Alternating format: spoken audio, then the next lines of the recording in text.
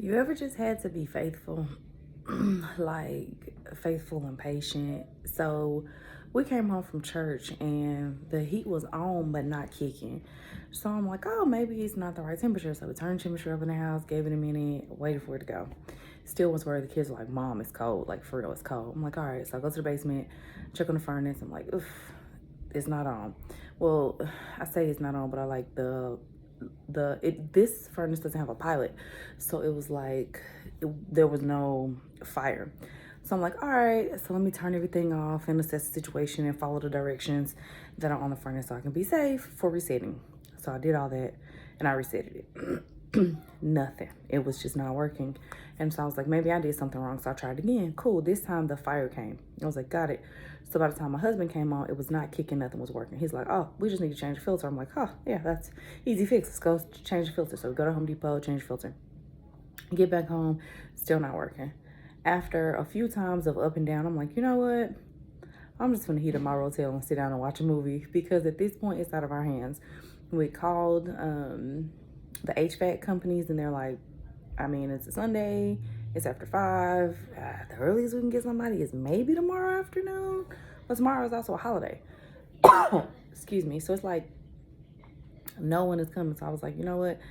God, I know that you will show up. And I literally had that peace that surpasses understanding because at this point I should have plan B. Okay, what happens if the furnace doesn't come on? Should we go get space heaters or should we check into a hotel? What are the next steps? None of those things crossed my mind. I was eating my Rotel and watching TV, and while I was sitting there resting in my peace, my husband was still going back and forth up and down. He said, I'm gonna give it 30 minutes. I said, well, if you're gonna give it 30 minutes, don't worry about it. Go eat and just sit down and chill.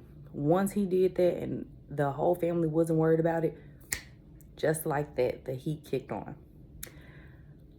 I don't know. I don't know about you or any situation that you've ever been in where you're like, I've literally done all that I can do. The only way that it works is with God. That's backwards. The only way that it works in the beginning is with God. Not you doing all that you can do, then turn it over to the Lord. It was his in the first place. The first part of the story, what I didn't tell you, is that when I was going down and turning the stuff on, I never stressed. I never worried. I followed the steps. I chilled. When my husband came on, he said, it's a little chilly in here. I'm like, oh yeah, the heater's not working. He's like, you ain't anything to tell me? No. So from the beginning, I knew that God was in it. And that's not always true every time. But in this particular situation, I knew without a shadow of a doubt, God will come through one way or the other. What that looks like, I don't know, but I knew that he would come through. This is today, tomorrow, they're supposed to be some of the coldest days of the year. I'm like, man, if this heat don't work, what are we gonna do? That thought never crossed my mind because I knew that I would be in my home and everything would be totally fine. So when you get to situations where you feel like you have exhausted everything and you've prayed about it, rest in that because God will show up. You are standing on his promises. If you are not faithful, then you're fearful. And fear and faith cannot exist in the same space. Not at one point can you be fearful because you can't, your faith won't allow it. And if you're faithful, fear can't kick in. If you're fearful, faith can't kick in. You've got to let one or the other go.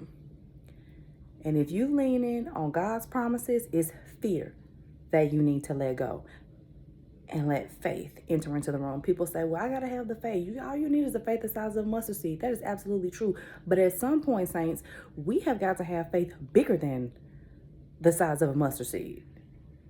That's why your reaping is mustard seedish. You need to have faith bigger than that. If that's your starting point, cool. We all have to start somewhere, but we all have to keep going and growing. So the heat is on. We are warm. Everything is good. But it's because God is faithful. Happy Sunday.